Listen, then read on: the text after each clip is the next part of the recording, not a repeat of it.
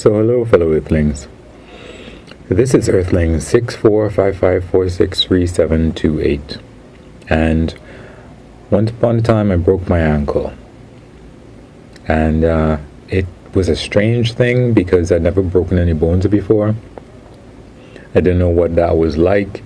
I thought that, you just took your cast off and you started walking and that was it. Anyway, let's get to how I broke my ankle. I went to a thrift store and I got a pair of rollerblades, and I decided that I would try to learn how to rollerblade.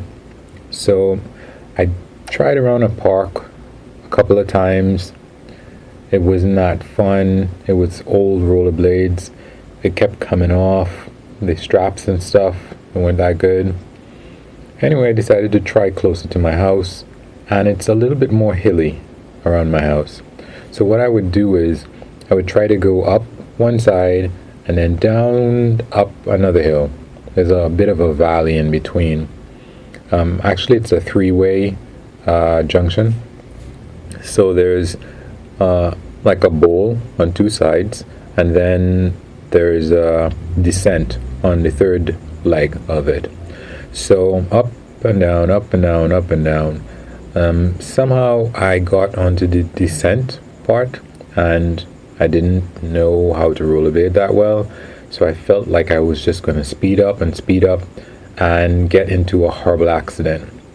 Unfortunately, I had a bunch of like pads and something at one point that I never used. They were still in the packaging, and I kind of gave them away. So probably should have figured that I might do something that might need pads, and I probably should have kept them.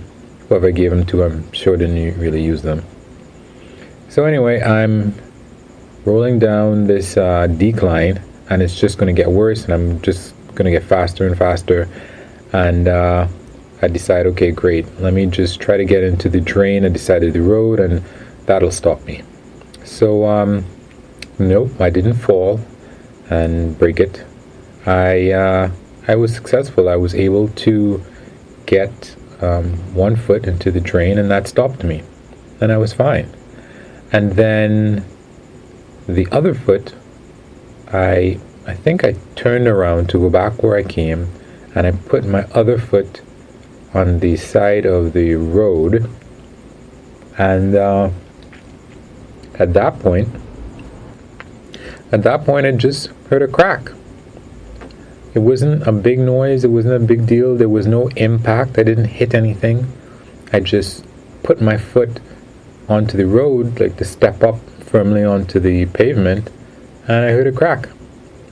And that puts me down a particular road where it turns out that I was trying to finish off a bottle of supplements. I had a bottle of supplements that I bought at Walgreens or something, and I realized, whoa, it's going to expire. So I started trying to use it every day, and it was vitamin E supplements.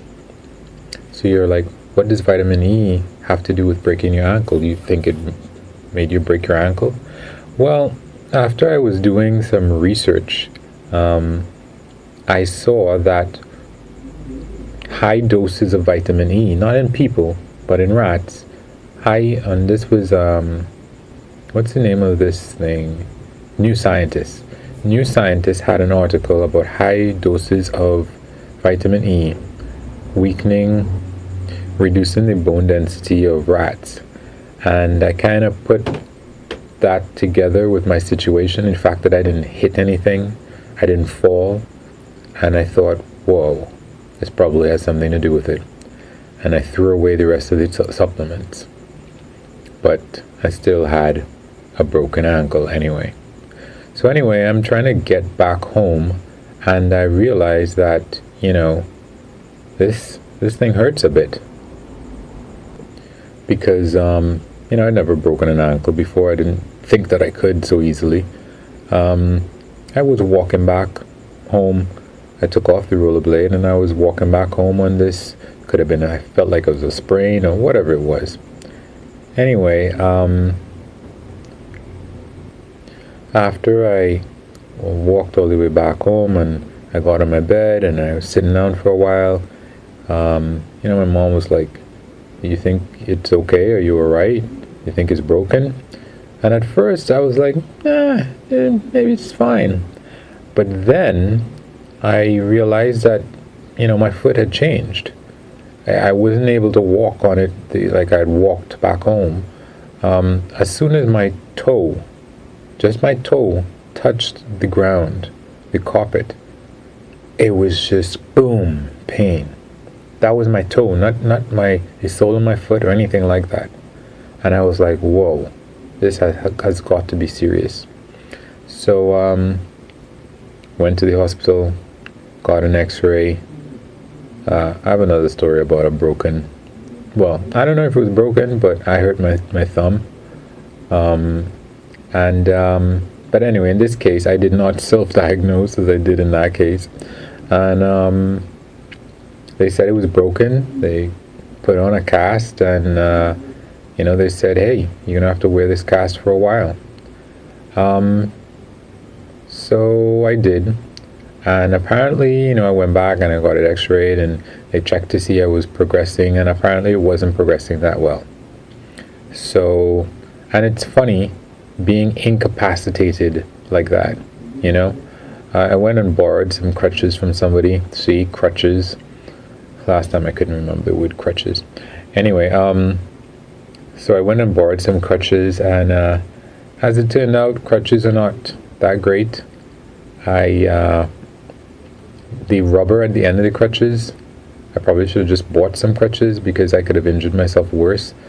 There was some water in the kitchen one day and I fell. I didn't hurt myself, luckily, but it hurt a lot. And then the same thing happened again another day, just a little bit of water, and fell again. And I was putting out the garbage one day with my crutches and I fell again. I was in that cast for a long time because we had some stuff going on in our house. Somebody was tiling, and then we had another instance where, was it just the tiling? Yeah, but I was just hanging out with, it was a lady tiler, and I was hanging out with her to, make sure that everything was going okay. And it was a good thing that I was around because some of the choices that she was going to make with respect to, when something had to, let's say, for example, in one particular case, she was going to cut off this little gate that leads from our veranda. She was going to cut it off because the bottom of it was going to be really close to the tile. So she was going to cut that off and say, yeah, just get somebody else and they can weld it back on. So I was like, no, let's just chisel underneath it and make it a little bit deeper so that you can lay the tile and we don't have to call anybody else. How about that? So I got in there with my cast on and whatever, and I chiseled underneath where she needed to go and kind of reduced, I helped. But overall, it got to the point where right now I often can't tell you which leg it was that was in that cast. Honestly, I have to go back and look at pictures. But anyway, like I was saying, finally I went to the hospital and they cut off the cast, and maybe there's stuff in there that, aside from the stuff that it did when I was on crutches, that I don't remember. If I remember, maybe I'll talk about that. But I went for them to cut off the cast, and I thought, like I said, I'd put my foot down on the ground and walk around and jump. I didn't know that apparently my leg, from the very first day when I broke it, it decided that, hey, this is the pain that you will feel when your foot touches the ground. And my foot touched the ground, and it hurt. It hurt just as much as it did the first day when I broke it. If you'd asked me, done an opinion poll, do you think your leg is broken? I'd have been like, yes. And it's so funny because I still ended up needing the crutches for several months, beyond the point where my cast was off. And I was like, what? What is this? But, gradually I could put a little bit more and a little bit more weight on it eventually until we're at the point where, right, it's fine, and I don't know which leg it is. But honestly, yeah, that was the worst. What it meant was that I couldn't do so many things. I couldn't get up easily to go get something to eat. I mean, even hopping around when I was in the cast was not like the best option, depending on where I had to walk and if there wasn't space for the crutches or something. Wow, that one leg was not working. It reminds me of there's a manga, a Japanese manga called One Piece. And in that manga, there is supposedly this soldier who was so fantastically adept that it's like a pirate manga. So this guy is hardcore, all right?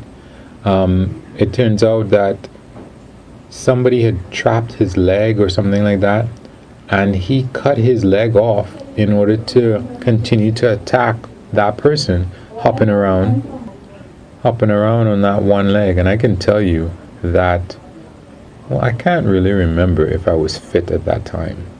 I wonder if I'd lost weight. That's something else. I don't even know how long ago it was that happened. But I'm gonna bet that I probably wasn't incredibly fit. Like I wasn't doing any squats or anything like that. Yeah, because 1 or 2 hops, it's faster. And well, not 1 or 2 literally, but it didn't take that much for my leg, the leg that was good, that I was trying to hop around on, to be tired out.